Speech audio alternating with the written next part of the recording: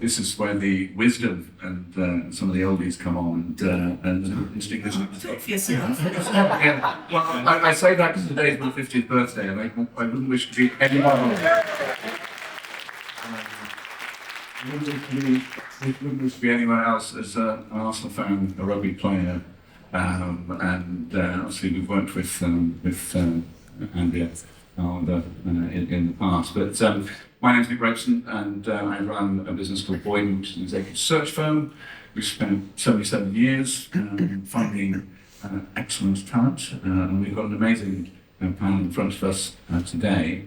The world is a topsy-turvy place, and the pressures and changes that we're all dealing with are relentless, I think.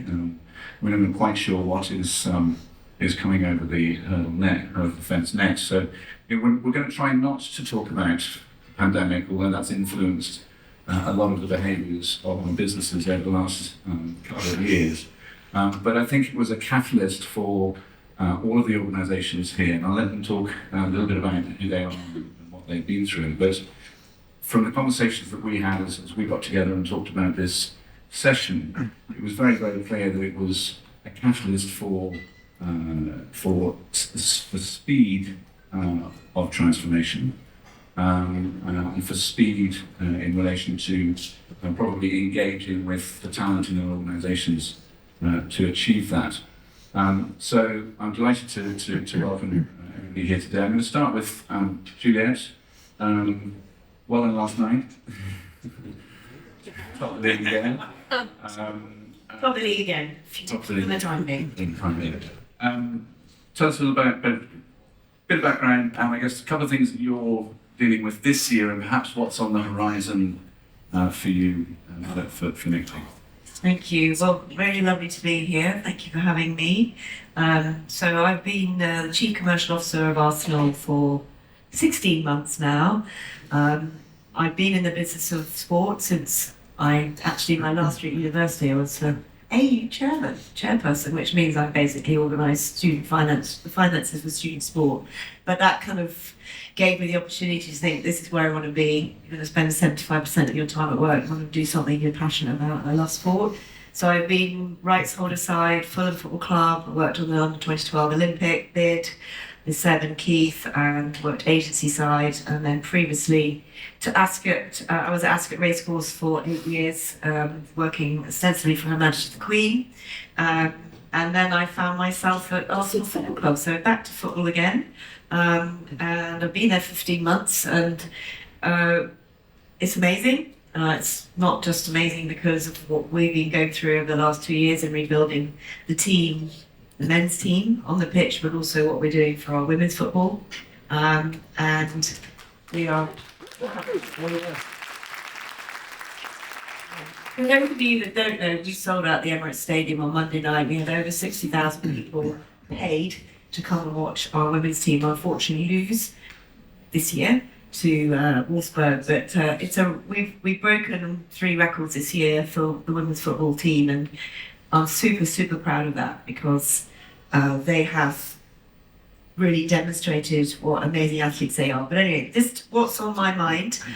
So I wake up every day thinking about how I'm going to accelerate the transformation that we have put in place at Arsenal, that has been probably a little bit asleep commercially for a few years for various reasons, and also had to take one step back during the pandemic.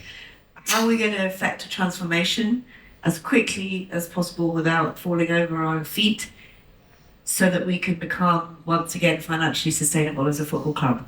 So Arsenal was always known to be the club that balanced its books.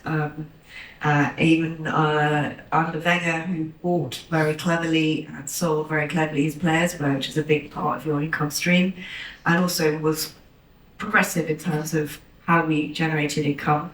And my job is to do it ethically and in the right way, but to make a lot more money than we have been making, so that we are financially sustainable. So that's what keeps me awake at night.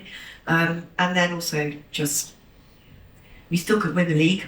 That still also would be transformation for us. So yeah, it's an amazing, absolute honour to work for a football club that knows what it stands for on and off the pitch. Always have done, and we really do know that and how we want to show up. So even if we come second this year, it will be a massive step forward for us as a club on the journey of where we know we're going. So I'm very proud to be a mere steward of the club for a few years and to have that opportunity.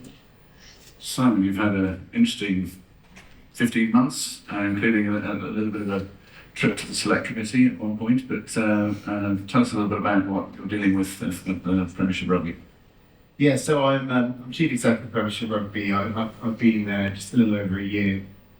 I've spent 12 years working in sport in various different roles, and they were defined by either high growth or turnaround. And I'm sort of dealing with probably two here, both sides of that, which I'm doing at the moment. But the big focus has been around turnaround. It was really interesting listening to Ali, the founder of Babylon, earlier on. I think he sort of said two things that fascinated me. I think the first one was how to resuscitate a dead pig. Connected. I'll ask it for a friend, yeah. And the second bit was that challenge around either trying to pump up the old or focus on the new, as we said. And for me, that's really the thing I'm trying to do. So what I've got and what we have is a fantastic product. So if you take out football and both the Premiership level and also the Football League level, Premiership Rugby is the biggest league in the country outside football. Huge amount of interest, 10 million rugby fans around the country, and a big opportunity. So that's the sort of growth piece. And actually, when you look at what's happening on the pitch and how entertaining it is, we've got something really special there. But so that's the sort of the old, and trying to preserve that and modernise it and make it fit for modern consumers. The difficult bit is what sits behind it. It's the infrastructure that sits there. And what you've got is a sport that's actually only relatively new from a professional point of view. So the game when you went professional in 1996, but it was set up in a way that it was fundamentally wrong, frankly. It created conflict. There wasn't the appropriate level of risk allocated across the system. The club side of things is inherently loss-making, which isn't uncommon for sports teams, but took an absolute pounding through the pandemic. But the real thing to focus on, and the major area of change is around governance to start on with. And what we've got is conflict, we've got a lack of independence, we've got situations which either require supermajority or unanimous decision making, which just to kill it in terms of growth and change. So there's a big focus on that, and whilst doing that, there's a huge amount of fan interest, player interest, media interest. We have now a private equity partner in CVC who's invested not only in the league but other rugby properties, and has invested more broadly across sport. You know, put a lot of money into it. And then on top of that, government interest as well, because they'd loaned these clubs £125 million during the pandemic, and so therefore it becomes a public interest, a political interest, hence immigrant of that. Oliver, fund management. You've gone from PLC to private in the last couple of years. You've had to completely transition your business. Give us a little bit of background into yourself. Sure. So I work for a business that's probably less well known than the others on here. Called our Global Group. I've been with that business for nearly 10 years, and I have been a big part of its growth journey. But I guess in the last 3 years, it's gone through quite a significant strategic transition, one of our own making, and that was quite a bold move that we made to say, look, we're a leading firm in credit management, and however, we can see there's a bunch of risks on the horizon around that business model, and we're going to be deliberate about transitioning into being a fund manager, and really quite a nascent fund manager, and one that's relatively small compared to some of the enormous global fund management groups out there. We specialise in alternatives, so in private credit, in real estate, and we are vertically integrated, so we own most of our value chain. So we actually have about 2,500 people across 5 countries. And we hold that out as a big differentiator because we invest in these sort of esoteric, illiquid assets and we have people on the, in local territories on the ground who understand their markets better than a single central team would do. My role now, I've had a bunch of different sort of leadership roles in growing the business, but my role now is running the professional services business, which is again a nascent part of the group, incepted last year, about 200 people that sit within it, and effectively it operates as a professional services and fund management services business to serve the funds and to help the funds develop and grow. And I mean, the big challenges around doing something like that, it's great in one respect because you get to launch a business within the safety net of a group, but you're constantly thinking about the identity of that business, its role in the group, whether it's understood, the sort of working practices that we've had to change and implement across Europe to get that off the ground. And it's cliche, but fundamental to all that is the people. It's a people-driven business. We have technology that enables some of what we do, but frankly, if we didn't have the talent and the capabilities there, nobody would invest in us. We were a PLC for nearly 8 years, which was an interesting experience, both sort of road wave up and down, and certainly the pandemic had a sort of quite significant impact on us. And then we were taken private end of 2021, and we're now owned by TDR Capital. I'm conscious we've got businesses here with between 60 and 2,500 people, so there's a really interesting range of experiences. Andrea, PRS. Yeah, so PRS for Music. We have 165,000 members that compose and write music.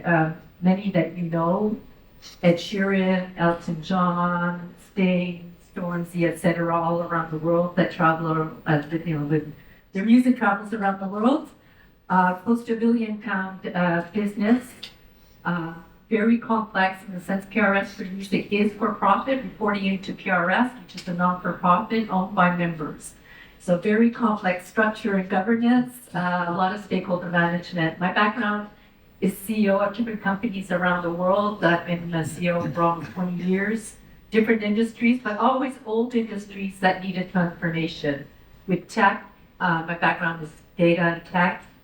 And so it was very interesting to become CEO of PRS for Music.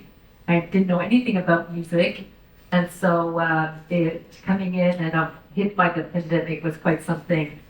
My focus for 2023 is all about people. And it's the greatest strategy, but if we don't have the talent, and we're now at a stage, when I came in, there was fundamental broken company. And so we really had to be brilliant at the basics on the system side, on the culture side, on the mindset, changing all that. And we did it. And now we're at a stage where we need to be intrapreneurial. So not an old company that has to be really good at the core, but has to innovate and to really, because we're being displaced because of digital. And I would say the key issue is AI. Especially in the UK government wants to deregulate copyright to advantage tech companies, and you can imagine what that will do to our members, right? So we have to make sure that we protect the rights that are entrusted to us. All of you have taken, whether it's Arsenal and a very established brand that's changing and looking at different ways to engage with its consumer, the same with the Premiership, completely transforming your organisation, the PRS. Can you just tell us a little bit about how you led, I'll start with you, Andrea, if I may, how you led with your organisation through that transformation, how you, the sort of the Midas touch, if you like, in terms of grabbing hold of stakeholders and gaining the engagement you needed? Yeah, well, I thought I was going to be ready, transforming at least 5 companies in different crises around the world. But I was not ready for this, and thank God I called my father, and he said, "You have everything you can to be able to do this." But I would say it was communication, and people. That was the most important thing, is to make sure that I talk to the employees every week, and they could ask me whatever they wanted. We had a focused plan. We had our priorities, what we had to do, because 25% of our revenues comes from public performance. So live music that's played here, pubs, everywhere. So suddenly overnight, our members didn't have that money. So we had to pivot really quickly. So it was really important to have a people-focused approach, and not just employees, but stakeholders. You could imagine our 165,000 members, their livelihood depended on us. So a lot around people, listening to people, helping them go through it, being authentic. I didn't pretend that I knew the answers. I had a very strong team by then. It's the first thing I did when I came in, is I built that strong team. That was the first thing. I think that really, and then finding new solutions to old problems and being comfortable with change and embracing that uncertainty. But it was tough. It was really tough. Did you, so I'm conscious of Reader's Digest and various backgrounds and British Olympic Authority for URFU, did you bring in existing playbooks? And that's a question to all of you. Yeah, I mean, I think I came into a situation where it was broken because it was January last year. It was coming out of the back of the pandemic, and I think everyone's got a tough pandemic story. But I think for the sports industry, it was one of the most hit. So you had knackered, shell-shocked people and a very divided leadership and no plan. And so the playbook, which I think is pretty similar for any chief exec coming in, was get a plan together, but create it collaboratively. And especially when you live in such a multi-stakeholder environment we do, clubs, investors, media, players, fans, etc. You have to take everyone on that journey, and you have to do it quickly. You need to give some guidance, but everyone needs to feel a part of it. And so, I've experienced that before in other organisations. I'm sure you have as well. And then, to your point, it's about communicating it and just getting bored of communicating it, repeating it, but also making sure that people understand, especially in this very volatile world, that plans need to adapt. And so and that was part of the other cultural mindset, because there were a lot of very experienced people who've been there a long time, they've only done something in a certain way, and so you're having to blend old school and new school thinking there. So that's really the journey we've been on the last few months. So I think for us at Arsenal, might sound strange to say, but actually the pandemic created a real opportunity. We had to make some very different decisions about losing members of staff just to keep our heads afloat, because football clubs weren't taking any money from the government for furlough. Yeah, that's my word. Remember that word? But it gave us an opportunity to really focus on our culture and to reinforce what Arsenal used to be known for as a one culture club. Lots of football clubs, people like me, the commercial people, don't connect to the football side, and it's sort of, one culture. We are very much one culture. I know I speak to Mikhail, I speak to Edu. It's part of, he wanted to see our commercial strategy. How can we come together? But we started with a culture piece born out of a really big piece of work we'd done during the pandemic on what our brand stood for to our supporters. And we then have been building and embedding that into the culture of the club as part of the transformation and bringing all of our staff on the journey together, cross-functional groups around our culture, so people from football sitting with people from ops, and all together, like, what are we trying to do? What are we trying to achieve on and off the pitch? And then going on roadshows. I'm like Simon, I have presented our commercial strategy so many times, I could do it off by heart. I've got some very simple phrases. We're going from local to match day to every day to global, because we are a global brand, but we were focused locally around what we did in the UK, where we have 80 million people who come into our ecosystem every year to engage with Arsenal. We weren't really serving them.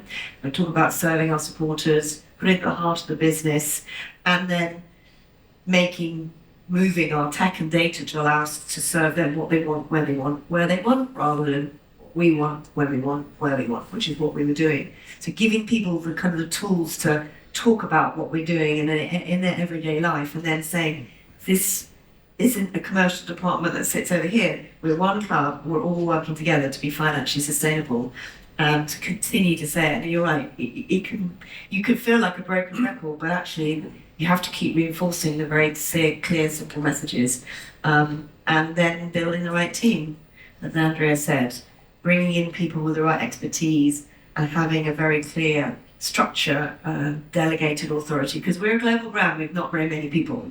That's one of the biggest things. You walk into a football club and we've got 600 staff total. Man City and Man United have got over 1,000, so we are playing catch up, but actually we have 80 million supporters around the world. That's an enormous number of customers. So yeah, it's about making sure you're really clear, you know what you're going to do, and you have one club ethos, and knowing how you want to show up in every single part of your business. Oliver, I'm going to pick on you slightly. It's been 9 years in an organisation, a number of different roles within that organisation. The qualities needed in a leader now. Yeah, and for me personally, it's been a massive apprenticeship as well. I mean, I joined the business with you could see it on one floor. That was the entire business. To one that when you're then having to manage teams, directly manage teams across 5 countries, dealing with different cultures, language barriers.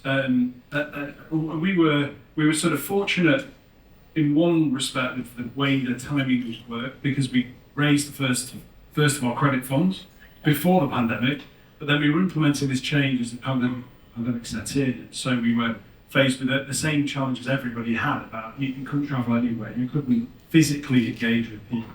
You had these acceleration of technology that was good in one respect, but lost the mediums that completely lost the human touch and the impact of body language and rituals and symbols and routines that exist in organisations that you really need to unpick if you want to implement any change. And so that was definitely an added challenge.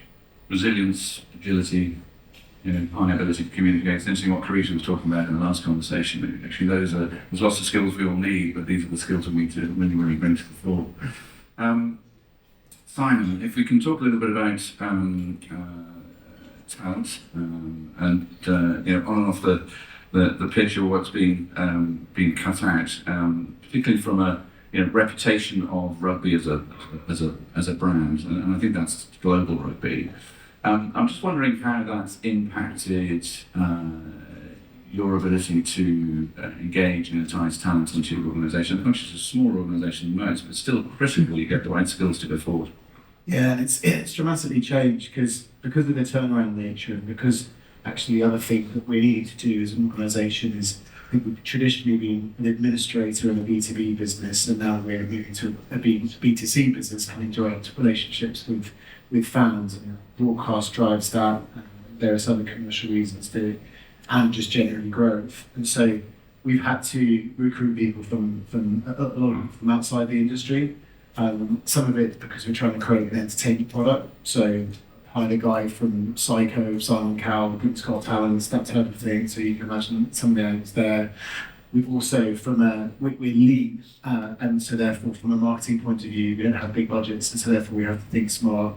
And so a lot of our marketing team comes from startups and consumer-facing startups. And also, broadcast is a massive bit of our business, and so we've taken a lot of talent from just generally the media industry. There's no end of talent out there, and equally there's no end of interest, both in terms of working in sport. I think we're really lucky there. People are interested about it, but also really interested with the turnaround challenge. I think it's in some respect it's an amazing time to just be in certainly the industry I'm in, but just generally to be working anywhere where it's going through massive change. I'm in the last year I've had dog years worth of experience, and it's my first chief exec job, and I've had 7 years worth of experience in 12 months, and that's attractive to people. I think my main focus is actually going back to governance, is around getting the right non-executives, the right independence in place, where again there's no end of talent and interest in there, and people that want to be on a journey. So that's been my main. It comes back to that point around it's just important to get the right advisors around you, above you. Like, again, that came up in the last conversation. transforming your team, was there a lot of change? How have you focused on training and developing, I guess, the team you have, rather than going outside for video time? What I've learned through my different experiences and through the failures that I went through, like Reader's Digest, is I call it PPE, so internal people, external people, and execution. And what I've learned is a combination of external people and internal people that want to be on the new trip, because we have a very ambitious goal. And the first 6 months, I spent most of my time listening to people, putting together a strategy but bottom up. I'm a true believer of getting people involved and they own it, but bringing in new people to change that mindset, to change the culture. And it really, really worked well. Because it starts at the top, and if I don't have the mindset of change and growth, then my executives don't. And if they don't, then people won't do it either. So it's what's important for me that I brought in new blood, but I also recognize people that have the ability and wanted to, the attitude that was talked about before. It's so important. And people can't learn attitude. You know, you can get better on your soft skills, but that is something that people want and need to focus on. So that was really important to have the right team to change that mindset.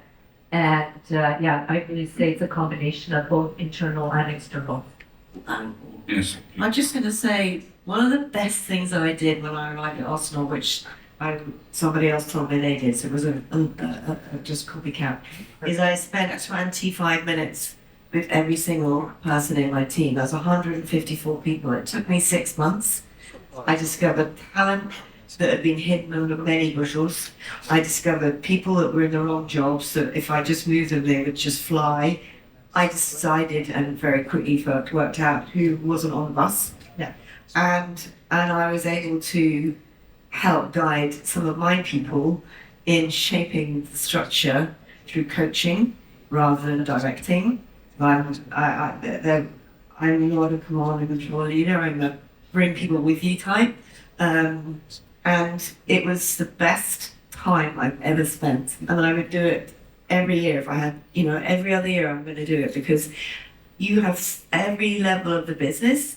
You need to have people working at above their capacity, like people who are sort of overachieving and really pushing forward. And when you have a particularly small team, as I think we do, you need every level to be operating. You can't just have some great people at the top. It's got to be bottom up every level. And it is, you're so right, Andrea. You can have a great plan. Like, my plan is fantastic.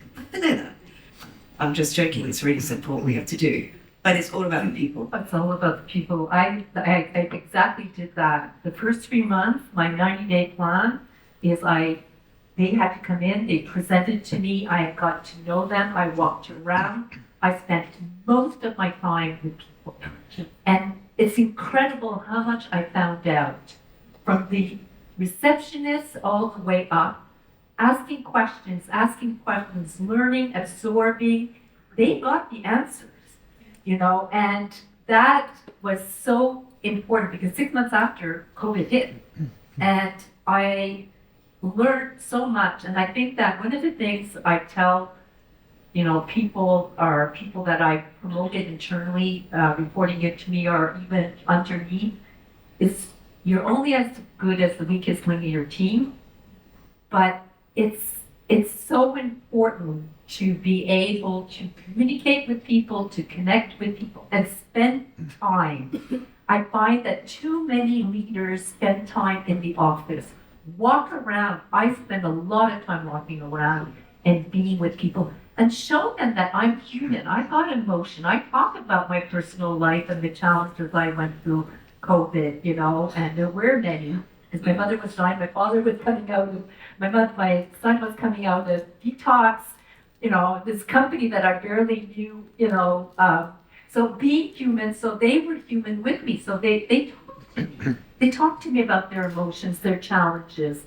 And that is so important. I cannot emphasize, I agree with Juliet, you can have the greatest strategy, but if you don't have the people, it just, But the speed of change, the energy required for Absolutely. transformation, the speed of digitalisation, all of your business is European predominantly, is that fair to say? Yeah. How do you engage with your team now? We're all managing the challenges of new hybrid workforces.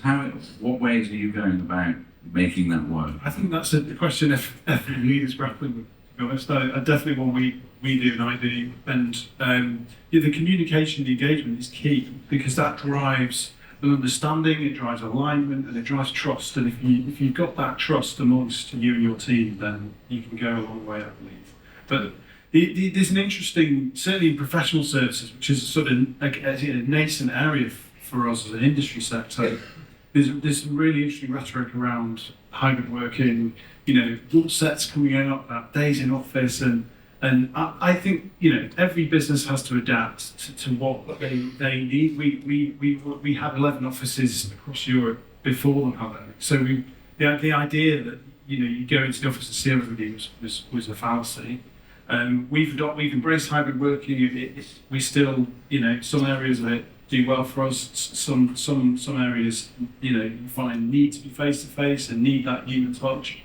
But definitely, we find it with people we recruit. That they often come from perhaps organisations that have tried to be a bit more rule driven around working patterns. We haven't had to do that. I don't think we plan to do that. But in terms of your leadership style, are you out more? Are you visiting the teams more now? I genuinely, yeah. I mean, I've always been a big believer in that, getting to know people several layers through the organisation, engaging with them, understanding what their drivers and motivations are. And so when the world opened up again, that was definitely something that we've done, and we've again, building a new business within the group, trying to establish the identity of that. You can't just do that with single one-off communications. You just have to. There's no substitute for just being in it and repeating yourself and getting that message out. Is there a theme? Is everybody hybrid in terms of the current working? Nobody's currently getting 4 or 5 days a week. We ask our teams to be in 3 days a week, and I don't use the word mandate, but I strongly encourage them to make Tuesday and Thursday at least 2 of their days, and the other one is up to them.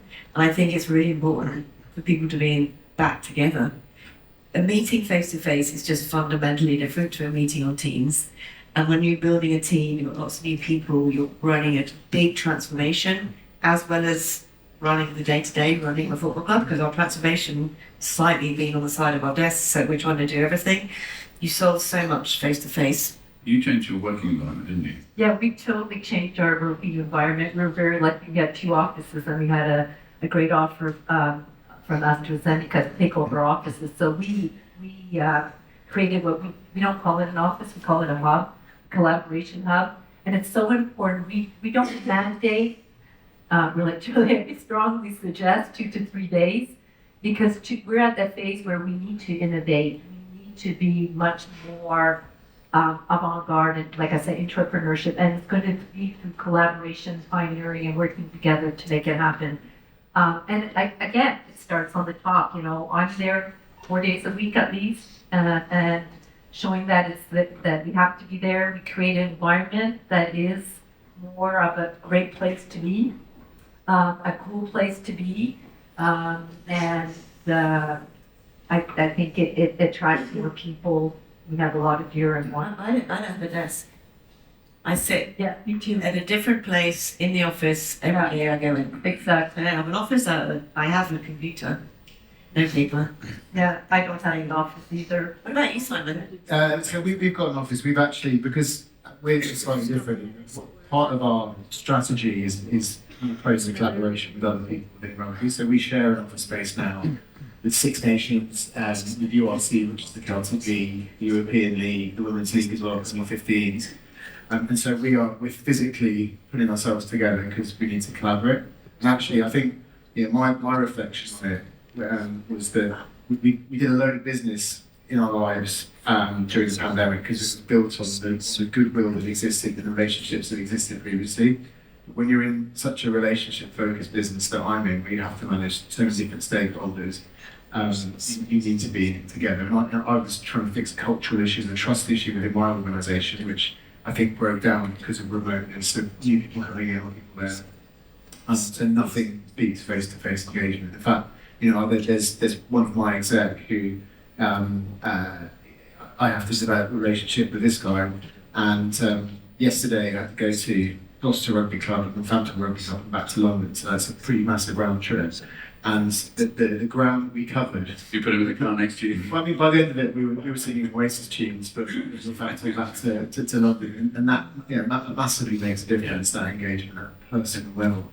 And it's the same for the players as well. You imagine, I think part of that trip was to go and visit. I'm seeing every single player in the country over the next couple of months to engage with them, tell them about what we're doing, talk them through what's happened, and you can't do that on Zoom. You just don't get any engagement.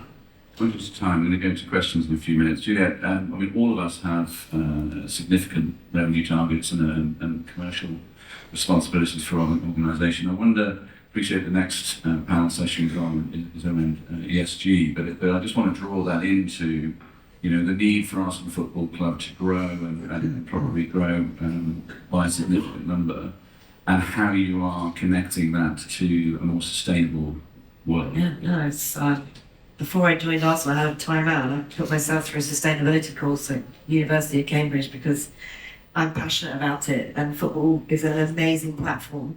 We have, as I said, 80 million supporters around the world. We need to stand for, we need to understand how we're going to address that. One of the first things I did was work with a consultancy to create our sustainability strategy, and by that, environmental and social. What I discovered is that we're doing so much we just don't talk about. So in our local community, we have a community department that has 1,500 individual projects ranging from what you might think is standard developing, helping young Muslim girls get into football, to bringing young youth offenders out of prison and helping them working through football to get them into jobs. We put 1,000 young people into jobs through that training program last year, to collection of the rainwater at the pitches, to use to water the pitches, to having a battery to have operate our stadium, and so on and so forth. Single-use plastic, getting rid of single-use plastic. It's about bringing it together, and we have a strategy called Arsenal Acts, which we haven't launched externally because we're working to set ourselves some really challenging targets. So we already joined the United Nations Sport and Climate Action. I can't remember the acronym. Anyway, long acronym. We were one as well joined, but what we're trying to do is make sure that if we say we're going to do something, we put in place the ability to do it. And then from a diversity point of view, it's a really, really challenging challenge, a big challenge for us. So we have across our organisation a very diverse workforce, but as you go up through the workforce, it becomes white. We are, I can tell you, the only Premier club to have a 50-50 male-female executive. Shine love, if you ever watch on the television, us and then other clubs, it's man, woman, and the other clubs is all men.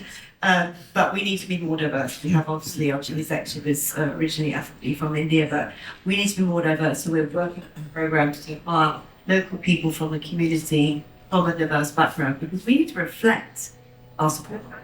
We're one of the most diverse support base, so we need to ensure that. But it's absolutely the heart. So what we do on and off the pitch has some impact in what we do from a sustainability point of view. And the elephant in the room is our travel. Yes, private jets for the players, but only if it's three clubs. The rest they go on transport. We're trying to work out how to use airplanes as aviation fuel. There's new things coming, but actually it's our supporter travel, which is the biggest environmental impact. We've got series of plans that we're putting in place. Very conscious of time. Sorry, No, that's fine. Very conscious of time. Have we time for a question or two? Are the microphones in the room? Question. Yeah, I think we might have time for just one quick one, but a few hands up down the front. So Lovely. They can be there.